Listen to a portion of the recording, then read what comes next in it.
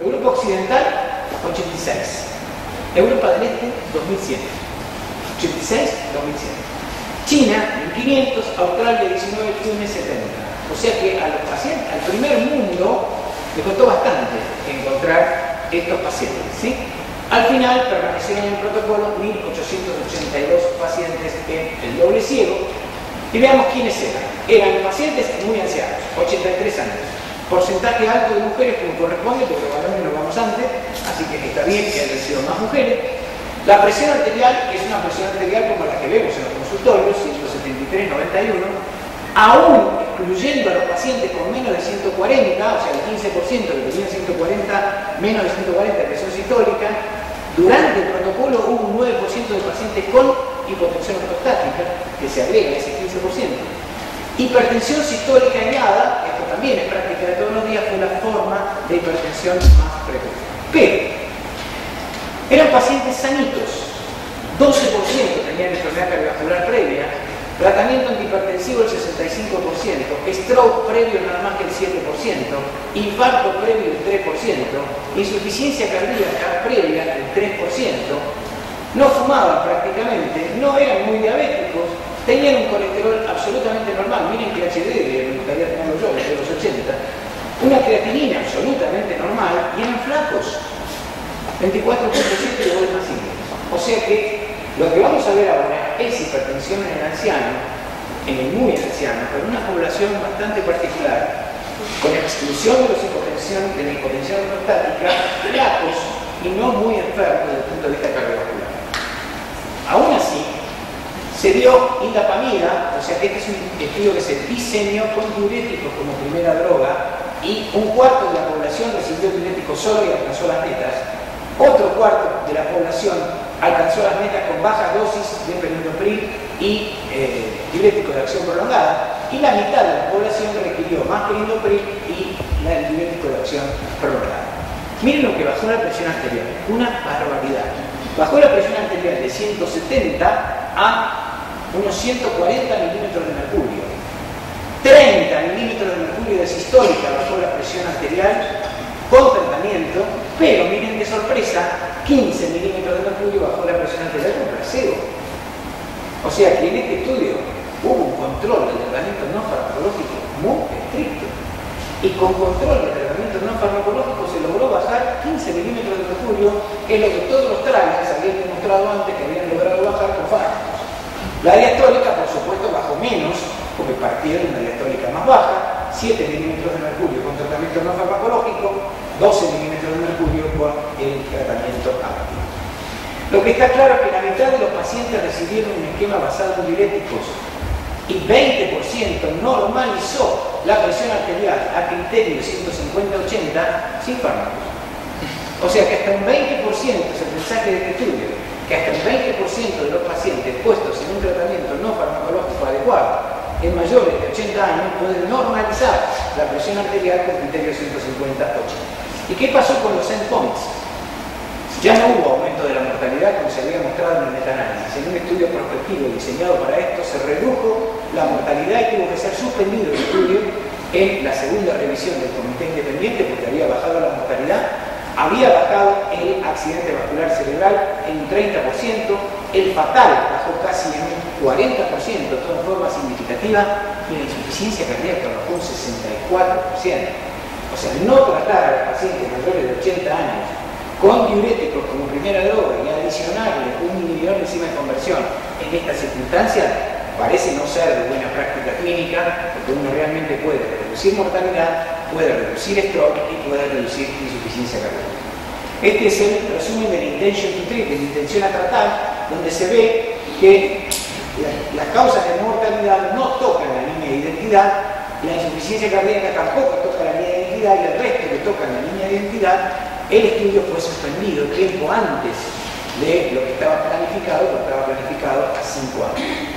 Como conclusión de este estudio, el tratamiento de los octogenarios de la hipertensión es un problema creciente, los datos no son concluyentes, pero el descenso tensional pareciera que en estos pacientes que tienen patología clínica subyacente, los que tienen patología clínica subyacente, hay que ver qué es lo que va a pasar. Estos no tenían daño, Y los resultados de Hayward demuestran que en este tipo de pacientes los tratamientos con diuréticos inhibidores de enzima de conversiones pueden ser bastante favorables, con un NNT a 2 años de 94 para stroke y de 40 para mortalidad.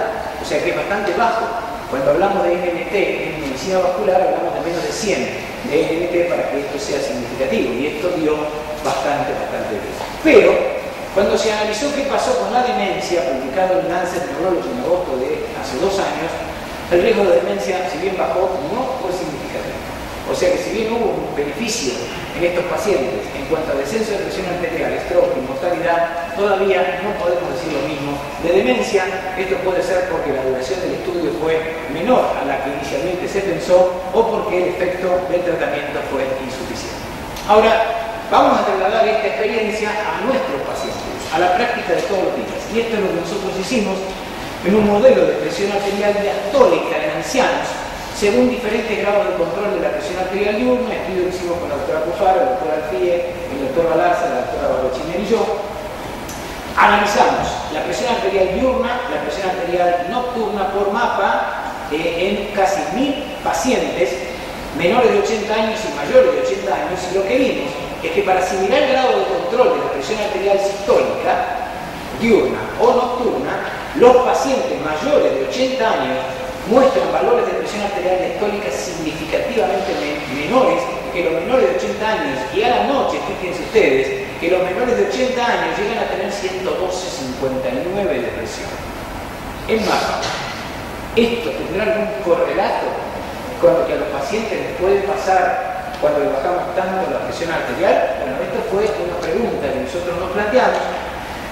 Junto con el doctor Stassen trabajamos en la base internacional IDACO. La base internacional IDACO es una base de América Latina, de Uruguay, de Argentina, Brasil, y una base de Europa y los Estados Unidos, que tiene más de 20.000 pacientes dentro de la base de datos con monitoreo ambulatorio de presión arterial. Nosotros contribuimos con nuestros 1000, y lo que analizamos en conjunto con ellos es en los menores de 80 años y en los mayores de 80 años. Y en la base de datos pasa lo mismo que nos pasaba a nosotros en el hospital. En los pacientes mayores de 80 años, a medida que vemos a los pacientes que tienen mejor control o peor control, los pacientes que tienen mejor control por criterio de presión arterial sistólica, también les baja mucho la presión arterial diastólica. Este fue el motivo por el cual decidimos diseñar un trabajo, que es un trabajo que presentamos el año pasado a premio en el Consejo Argentino de Hipertensión Arterial, de vuelta con los mismos médicos, con la doctora Barochiner, el doctor Alfie, el doctor Cufaro, Carlos Balarza y yo, para ver si el control óptimo de la hipertensión arterial en octogenarios, pero no como los del Hayward, sino de alto riesgo cardiovascular, aumentaba o no la incidencia de eventos. El objetivo fue este, ver si había aumento de la incidencia de eventos. Tomamos una cohorte histórica de 163 pacientes mayores de 80 años que por lo menos tuvieran una comorbidad, diabetes, insuficiencia renal crónica, enfermedad coronaria o enfermedad cerebrovascular, o sea que eran pacientes enfermos con hipertensión arterial, que fueron seleccionados de nuestra propia base de monitoreo entre 2003 y 2007. Eran 400 pacientes mayores de 80 años que recibían medicación antihipertensiva y 163 cumplían con estos criterios de inclusión. Los separamos en dos grupos: el grupo que tenía control óptimo con un criterio diurno de presión arterial menos de 135-85 y el grupo con control parcial que tuviera más de 135-85. Y lo seguimos durante 3 años hasta julio del año pasado. Los puntos finales que vimos fue mortalidad, síndrome coronario agudo, accidente vascular cerebral, ingreso a guardia por insuficiencia cardíaca y todos los eventos combinados. Se hizo el análisis estadístico. El grupo 1 tenía una edad de 83 años, el grupo 2 también, igual que el Hayward. La cantidad de mujeres era mayor inclusive que la del Hayward. La presión arterial en los pacientes bien controlados estaba bien controlada, 126-68, y en los que tenían control parcial 150-78. Eran bien diabéticos, tenían enfermedad coronaria previa, tenían enfermedad cerebrovascular previa. Esto después se ajustó porque acá había una diferencia a favor del grupo 1 de enfermedad cerebrovascular. Cuando vimos los eventos combinados, no hubo diferencias entre los grupos. O sea que bajar la presión arterial a cifras bien bajas como monitoreo ambulatorio de presión arterial no trajo complicaciones en los pacientes que tenían más eventos, no se murieron más, inclusive una tendencia a menos mortalidad en los pacientes que estaban siendo tratados más intensamente. Síndrome coronario agudo fue igual accidente cerebrovascular fue igual, admisión a guardia fue mejor para insuficiencia cardíaca, aunque no alcanzó significancia, seguramente por el N que tenemos, y cuando uno analiza en la línea de identidad, ningún punto deja de tocar la línea de identidad, o sea que los dos grupos son iguales. Fue lo mismo en un grupo o en el otro. Quiere decir que a los pacientes que les bajamos mucho la presión arterial no tuvieron más eventos que los otros. Ustedes me podrán preguntar, ¿les fue mejor? No lo puedo saber porque el N que tenemos todavía no alcanza para decir eso. Pero fíjense ustedes que todos se disponen de este lado de la curva, o sea que los pacientes que tuvieron un peor control estricto, o sea que estaban peor controlados, de alguna manera, si seguimos el análisis en el tiempo, seguramente es a los que les fue peor. Por lo menos lo que podemos decir hoy, a diferencia de los del Hyde, que son pacientes que tienen control de presión arterial estos más estrictos, no tuvieron diferencias significativas entre los eventos. Y para terminar, estos son los retos que tenemos hoy. El control de los diabéticos y el control de los hipertensos sistólicos. De los diabéticos vamos a hablar a la noche, pero fíjense que estos son los retos a los cuales nos tenemos que remitir hoy.